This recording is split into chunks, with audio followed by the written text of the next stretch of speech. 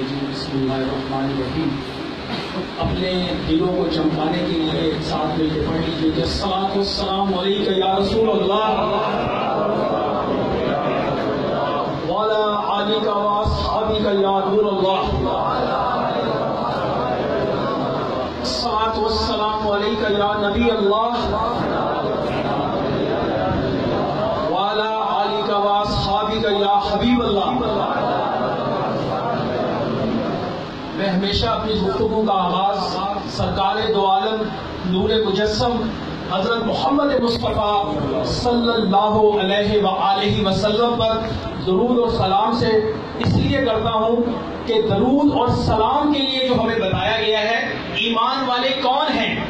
قرآن نے ہمیں بتایا ہے ایمان والوں کی پہچان کیا ہے, ایمان والوں کی شان کیا ہے, ایمان والوں کی نشانی کیا ہے. جب قرآن سے ہم نے پوچھا کہ ایمان والے کون ہیں, ہم سب اپنے آپ کو کلمہ وہ مسلمان کہتے ہیں, دعویٰ کرتے ہیں, لیکن جب ہم نے قرآن سے پوچھا کہ ایمان والے کون ہیں تو قرآن نے ہمیں جواب دیا کہ اللہ تعالیٰ اور اس کے فرشتے نبی صلی اللہ علیہ وآلہ وسلم پر درود اور سلام بھیجتے ہیں.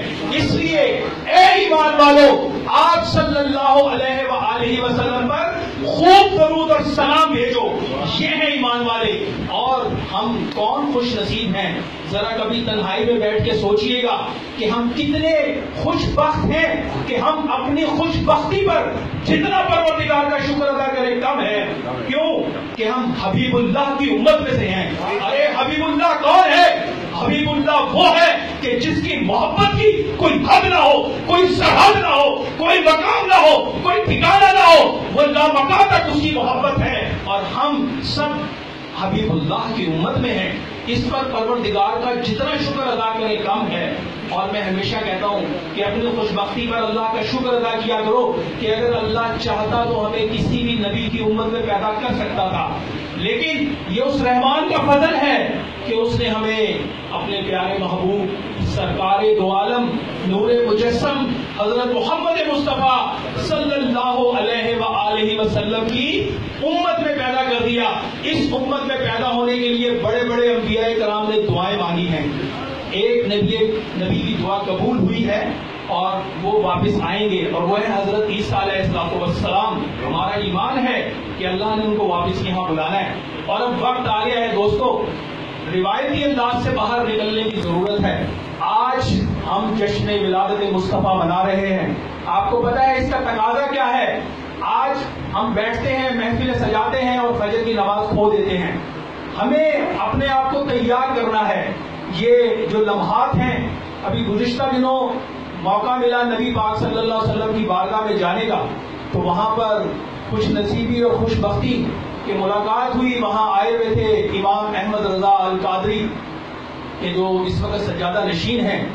حضرت علامہ ہارون میاں صاحب وہاں تشریف فرما تھے. کچھ باتیں ان سے ہوئی اور یقین جانیے جو گفتگو انہوں نے کی پورا وجود لرز گیا.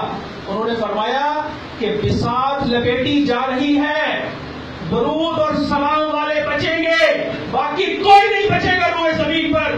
اگر کسی نے اپنی آخرت کو, اپنی دنیا کو اگر محفوظ کرنا ہے تو درود و سلام کے ساتھ اپنے رشتے کو مضبوط کر لیجئے کہ اب کائنات میں جو بلائیں اتر رہی ہیں, جو آفات اور بلیات کا چاروں طرف سے ایک سیلاب ہم دیکھ رہے ہیں, کیا ہماری نگاہیں نہیں دیکھ رہی کہ اس وقت فتنوں نے اس امت کو چاروں طرف سے گھیر لیا ہے؟ اور ہم سب پر لازم ہے کہ ان فتنوں کا مقابلہ کرنے کے لیے ہمیں درود اور سلام کے وظیفے کو اپنے ساتھ لازم کرنا ہے کہ اب صرف یہی ایک راستہ بچا ہے, یہی ایک منزل بچی ہے. اسی کے ذریعے سے ہم اللہ کا قرب حاصل کر سکتے ہیں کہ ہم آج سیرت طیبہ کو تھام کے اس دنیا کو روشن کر سکتے ہیں. اور میں ہمیشہ کہتا ہوں کہ خدا کی قسم اللہ نے تو ہمیں وہ محبوب عطا کیا ہے کہ جن کی شان, ان کی مقام, ان کا جو انداز ہے, ان کی جو گفتگو ہے, وہ ہمارے مطلب یہ سمجھ لیجیے ہماری کیا اوقات ہے کہ ہم ان کی گفتگو کریں. ایمان والوں کا ایک واقعہ تھوڑا سا آپ کے سامنے پیش کرنا چاہتا ہوں کہ ہم ذرا محاسبہ کریں کہ آج ہم کیا نبی پاک صلی اللہ علیہ وسلم سے محبت کو مکمل اس کی طرف بڑھ رہے ہیں. حضرت امام مالک ایک عاشق رسول گزرے ہیں, یہ آج کی میں محفلوں پر جو نظر پڑتی ہے تو اس لیے بیان کرنے کی ضرورت محسوس ہو رہی ہے کہ جب ان کا انداز تھا زاہد بھائی کہ جب وہ نبی پاک صلی اللہ علیہ وآلہ وسلم کی کوئی گفتگو کرتے تھے، کوئی حدیث بیان کرتے تھے، کوئی محفل سجاتے تھے تو سب سے پہلے سے غسل کرتے تھے، نیا لباس پہنتے تھے، خوشبو لگاتے تھے، تخت بچھاتے تھے اور آنے والوں کے لیے بھی یہی اہتمام کرتے تھے اور پھر وہ نبی پاک صلی اللہ علیہ وآلہ وسلم کا ذکر فرماتے تھے۔ ذکر کیا ہے؟ نعرہ تکبیر، نعرہ تکبیر، نعرہ رسالت، نعرہ رسالت، غلام ہے غلام ہے، غلام ہے غلام ہے، غلامی رسول میں۔ اب ذرا تصور کیجئے کہ ایک دن آپ مدینہ منورہ میں روضہ رسول کی جانب رواں دواں ہیں کہ راستے میں حاکم مدینہ آیا اور حاکم مدینہ نے راہ چلتے ہوئے نبی پاک کے بارے میں کوئی سوال کیا، آپ جلال میں آ گئے اور فرمایا کہ تجھے یارہ نہیں کہ تو میرے آقا کا ذکر اس انداز میں پوچھتا ہے۔ قاضی کی عدالت میں آپ نے اس کے خلاف مقدمہ درج کروایا، جب امام نے دلائل دیے قاضی کو ماننا پڑا، حاکم مدینہ پر 70 کوڑوں کی سزا کا حکم جاری ہوا اور جب 70 کوڑے مارے گئے، جب 70 کوڑے حاکم مدینہ کھا چکا، اس کے بعد امام نے اس کو اٹھایا، سینے سے لگایا، سامنے خوشبو لگائی، کپڑے چینج کروائے، ان کو بٹھایا اور 70 حدیثیں سنا دی۔ حاکم مدینہ نے کہا امام اگر مجھے پتا ہوتا کہ آپ مجھے 70 کوڑے مارنے کے بعد 70 حدیثیں سنائیں گے، خدا کی قسم آپ مجھے روزانہ 70 کوڑے مارے، میرے آقا نے مجھے 70 حدیثیں سنائیں۔ یہ تھے ایمان والے لوگ، یہ تھے جن پر رحمتیں اترتی تھی۔ اور حضرت امام مالک نے ساری زندگی مدینہ طیبہ کی زمین پہ کبھی جوتا نہیں پہنا اور ہمیشہ وہ مدینہ منورہ کے اندر۔ تو آج ہم کی جو ذکر کو، آج ہم نے اللہ کے حبیب کے ذکر کا جو معاذ اللہ یا تماشا لگایا ہوا ہے، گانوں کی طرز پر ہم نعتیں پڑھتے ہیں، شرم آنی چاہیے۔ جب صحابہ کرام آقا علیہ الصلوۃ والسلام کی بارگاہ میں بیٹھتے تھے ایسا ہوتا تھا جیسے ان کے سروں پر پرندے بیٹھے ہوئے، کوئی جنبش بھی نہیں کرتے تھے۔ آج ہم نبی پاک صلی اللہ علیہ وسلم کی نعتوں کی آڑ میں جو کچھ یہ تماشا لگا کے کر رہے ہیں، ہمیں اپنے اوپر شرم آنی چاہیے۔ خدا کی قسم 70,000 فرشتے اترتے ہیں نبی پاک صلی اللہ علیہ وسلم کے روضہ مبارک پر، شام تک درود و سلام پڑھتے ہیں اور جو شام کو اترتے ہیں وہ صبح تک پڑھتے ہیں، اور جو ایک مرتبہ اتر گیا قیامت تک دوبارہ باری نہیں ہے۔ ذرا تصور کریں ہم پہ کتنا فضل ہے، کتنا کرم ہے۔ اور صحابہ کرام کیا کرتے تھے؟ صحابہ کرام نے عشق کیا ہے نبی پاک صلی اللہ علیہ وآلہ وسلم سے۔ اور آپ ذرا تصور کریں جب صحابہ کرام کو نبی پاک صلی اللہ علیہ وسلم سے ملنا ہوتا تھا، وہ کسی سے پتہ نہیں پوچھتے تھے کہ آقا علیہ الصلوۃ والسلام کہاں ملیں گے، بلکہ جس سمت سے خوشبو آ رہی ہوتی تھی اسی سے چل پڑتے تھے اور آقا علیہ الصلوۃ والسلام کو پا لیتے تھے۔ اور یہی وجہ ہے کہ کسی عاشق رسول نے کہا، ابھی جب میں گیا پچھلے دنوں، میں اکثر زاہد بھائی الحمدللہ رب العالمین یہ مناظر اللہ دکھا دیتا ہے کہ وہاں مدینے کی تو ہر گلی میں خوشبو کا ڈیرا ہے اور وہاں کی فضائیں، وہاں کی ہوائیں، جن کو اللہ تعالیٰ ابھی تک جن کو توفیق نہیں ملی، پروردگار سب کو زمین کی ایک مرتبہ حاضری نصیب فرمائے۔ خدا کی قسم وہاں اتنی خوشبوئیں ہیں جس کا آپ تک تصور نہیں کر سکتے۔ تو وہ ہوا یہ کہ حضرت سلمان فارسی کے باغ کی جانب گئے، ایک دم ایسا خوشبو کا جھونکا آیا اور پوری روح معطر ہو گئی۔ تو مجھے وہ عاشق رسول تھے کہ انہوں نے بڑا خوبصورت انداز میں اس کو بیان کیا، فرمایا کہ عرصہ ہوا طیبہ کی گلیوں سے یہ گزرے ہیں، اس وقت بھی گلیوں میں خوشبو ہے پسینے کی۔ یہ ہے ہمارا ایمان ہے، خدا کی قسم ہماری زندگیاں نبی پاک پر قربان، ان پر ہمارے ماں باپ قربان، لیکن ہمیں عید میلاد النبی کے صحیح جذبے کو اور صحیح راستے کو اپنانا ہے۔ زاہد بھائی اللہ تعالیٰ ان کے گھر پہ اپنی برکتیں نازل کرے، ان پر اپنا فضل و کرم کرے۔ یہ عشق رسول ہے جو ان کو اس بات پہ تڑپا کر یہاں کھڑا کر دیتا ہے کہ نبی پاک کی محفلیں سجاتے ہیں، اور یہ سارا معاملہ اللہ کے فضل کے بغیر ممکن نہیں ہے، یہ ہمیں سوچ لینا چاہیے۔ اور آخر میں صرف ایک دو چیزیں اور کر کے میں رخصت چاہوں گا۔ دوسری بات یہ ہے جہاں ہم نبی پاک کا ذکر کرتے ہیں، ہمارا ایمان ہے کہ ان کے ذکر کے بغیر نہ ہماری شامیں ہیں نہ ہماری صبح ہیں، کہ جو کچھ بھی ہے اللہ نے یہ ساری کائنات جو سجائی ہے یہ اپنے محبوب کے لیے سجائی ہے، انہی کے لیے ہم اس دنیا میں آئے ہیں۔ جیسے یہ فرما رہے تھے اعلیٰ حضرت کا وہ کلام، خدا کی قسم حق ہے کہ یا رسول اللہ ہم آئے ہیں یہاں تمہارے لیے، اٹھیں گے وہاں تمہارے لیے، دہن میں زبان تمہارے لیے، جسم میں ہے جہاں تمہارے لیے، اور یا رسول اللہ ہم تو آپ کے لیے ہیں۔ کسی گستاخ کو اس بات کی اجازت نہیں دی جا سکتی کہ وہ ہمارے آقا اور مولا کی شان پر کوئی شائبہ بھی ایسا کرے کہ ان کی ذات مبارکہ کے حوالے سے کوئی اشارہ بھی کرے۔ مسلمان سب کچھ سہ سکتے ہیں، اپنی جان دے سکتے ہیں، اپنے مال کا نقصان برداشت کر سکتے ہیں، لیکن جب نبی پاک کی ذات کی باری آئے گی تو پھر مسلمان کچھ برداشت نہیں کرتے۔ پھر اٹھتے ہیں غازی علم الدین شہید، پھر اٹھتے ہیں ممتاز قادری۔ کیوں کہ یہ مسلمانوں پر لازمی نہیں ہے، فرض بھی ہے۔ امام مالک سے کسی نے پوچھا کہ یا یہ فرمائیے حضرت اگر کوئی مسلمانوں کے نبی کی توہین کرے اور اس وقت مسلمان ہوں وہ کیا کریں؟ آپ نے فرمایا مسلمان بدلہ لیں۔ فرمایا اگر مسلمان بدلہ نہیں لیتے، فرمایا پھر امت مر جائے، امت کو جینے کا کوئی حق نہیں کہ ہمارے آقا اور مولا کی شان کے بارے میں روئے زمین کے کسی کونے سے اگر کسی نے اٹھ کر کوئی گستاخی کا تصور بھی ابھارا ہے تو پھر عاشقان رسول نکل کر اس کا جواب ضرور دیں گے۔ پھر کوئی سیاست نہیں ہو سکتی، پھر کوئی بات نہیں ہو سکتی۔ ابھی یہ جب منگولوں کا واقعہ ہم پڑھتے ہیں، منگول ایک بہت ظالم قوم تھے، انہوں نے بہت بڑا ایک جو ہے، آپ یہ دیکھیے کہ مسلمانوں کو گاجر مولی کی طرح کاٹا ہے۔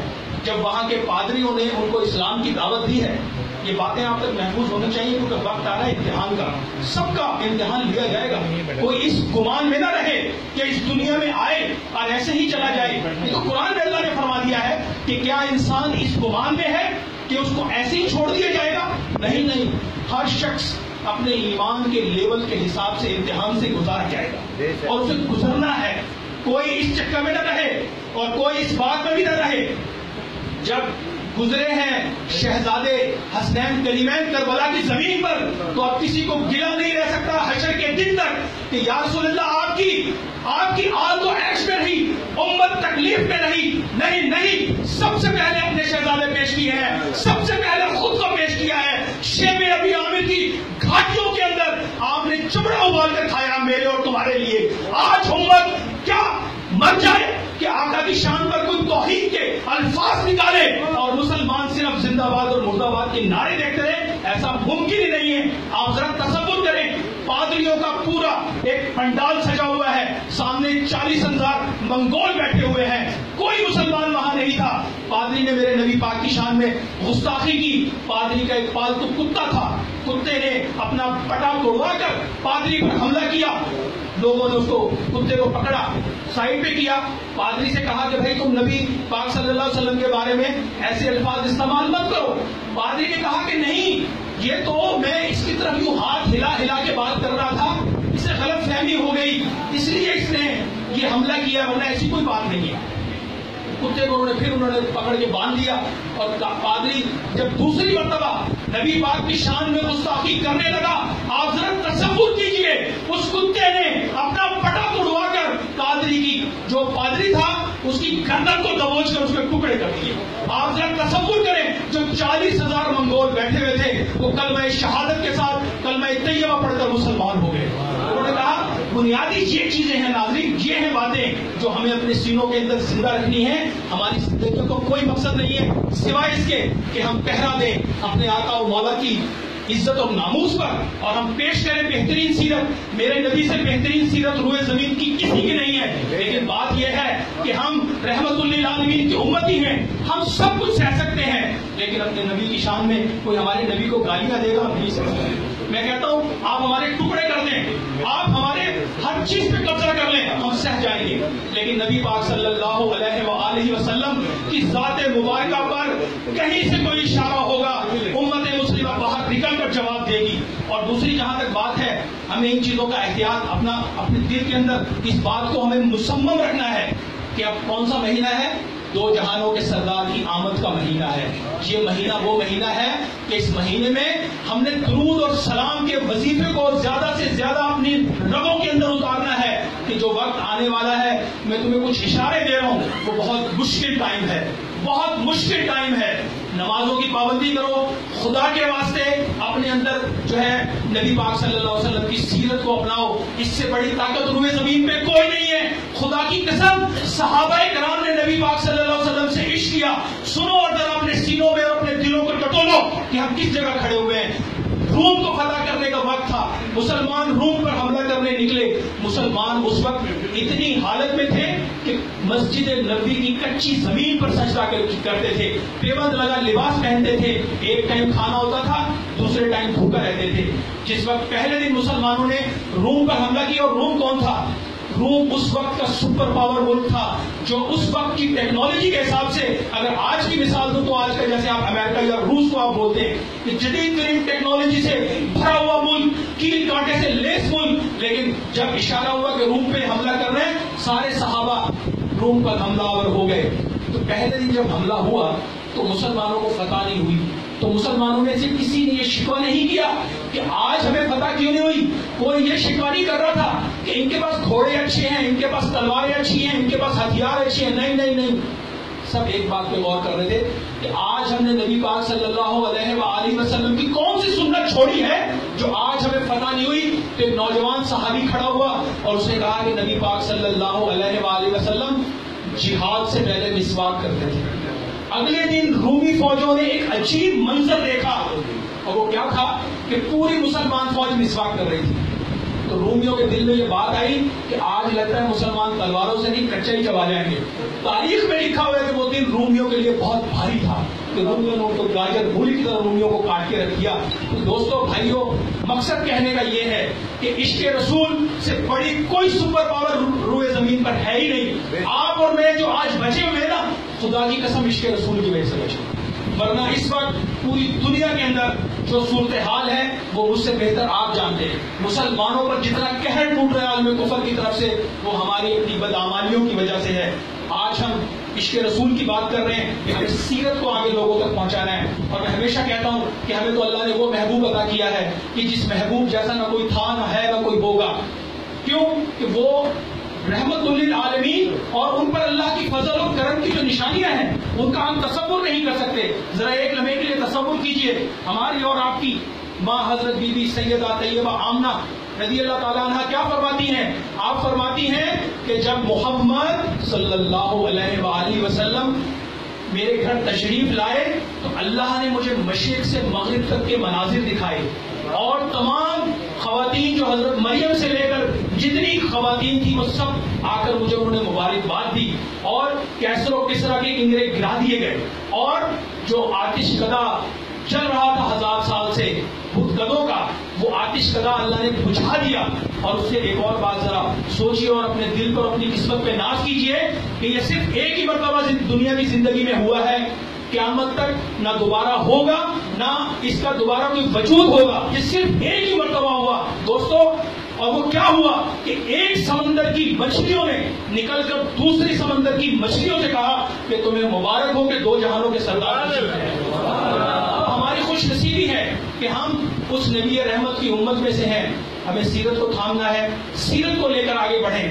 جتنے مذاہب کے لوگ ہماری اس سرزمین پر رہتے ہیں وہ سب ہمارے لیے قابل احترام ہیں, یہی میرے نبی کا درس ہے. لیکن اگر کوئی میرے نبی کی شان میں گستاخی کرے گا تو میرا باپ بھی میرے سامنے کھڑا ہوگا تو میں اس کا بھی لحاظ نہیں کروں گا.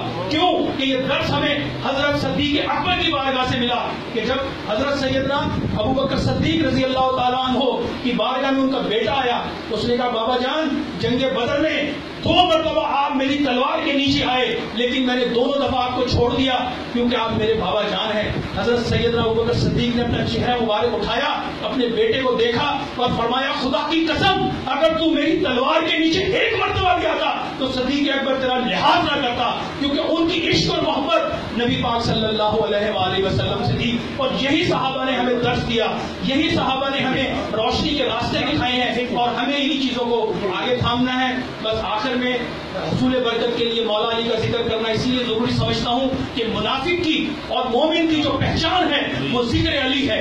جس کے چہرے کو آپ نے دیکھنا ہو, جس کے قبیلے کا آپ کو معلوم کرنا ہو, اس کے سامنے آپ مولا علی کی شان بیان کریں, اس کے چہرے پر نظر رکھیں. اگر وہ مولا علی کی شان سن کر چہرے پر روشنی آ رہی ہے, زبان پر سبحان اللہ اور ماشاءاللہ کے کلمات آ رہے ہیں, جان لو خوشبخت قبیلے سے ہے. اور جو مولا علی کی شان سن کر چہرے پر تیوڑیاں لا رہا ہے, منہ پہ 12 بج رہے ہیں, جان لو بدبختی کے راستے پر ہے. ہم سب چونکہ مولا علی ہماری جان ہے, ہمارے ایمان کی روح جو ہے وہ مولا علی کی محبت ہے. یہ ایمان والے ہمیں بتا گئے ہیں, ہمیں ہمیں کس سے پوچھنے کی ضرورت نہیں ہے. اور جہاں تک بات ہے کربلا کے شہیدوں کی، ارے کربلا کے شہیدوں کا کیا ذکر تم کرو گے؟ کربلا کے شہیدوں کی کیا بات تم کرو گے؟ مجھ سے پوچھو کربلا کا ذکر کیا ہے؟ آج بھی بتاتے ہوئے لوگوں کو تکلیف ہوتی ہے. ارے میں تو صرف ایک بات کر رہا ہوں، حضرت مجدد الثانی علیہ رحمہ 1000 سال کے بعد پیدا ہوئے ہیں، فاروقی سلسلے سے تعلق ہے، جہانگیر نے ان کو قید کر دیا ہے، بیڑیوں کے اندر موجود ہیں، قلعے کی دیوار میں قید ہیں، اور جمعے کی نماز کا وقت ہے. اور جب آپ نے فرمایا کہ جاؤ جہانگیر سے کہو کہ ہم جمعے کی نماز پڑھنا چاہتے ہیں، تو جہانگیر کے اہلکاروں نے کہا کہ اجازت نہیں ہے، نماز نہیں پڑھ سکتے. اب آپ ذرا تصور کیجئے، یہ جو بات میں آپ کو بتانا چاہتا ہوں، جس قلعے کی دیوار میں قید ہے وہ 40 فٹ سے بھی زیادہ موٹی دیوار ہے. اور اس وقت جب آپ کو یہ اطلاع ملتی ہے کہ جہانگیر نے کہا ہے کہ آج نماز نہیں پڑھ سکتے، حضرت مجدد الثانی نے کچھ نہیں کیا، صرف یوں آنکھ اٹھا کر دیوار کی طرف دیکھا ہے، دیوار ٹوٹ کر پاش پاش ہو گئی اور جتنی زنجیریں پہنی ہوئی تھی گر کر نیچے گر گئی. ارے یہ تو ایک فاروقی کی شان ہے، آپ کیا امام حسین کی شان بیان کریں گے؟ خدا کی قسم کربلا کی زمین پر طاقت ہونے میں زور نہیں لگایا، ورنہ حضرت امام حسین کی تلوار چلتی کوئی یزیدی روئے زمین پر زندہ نہ بچتا.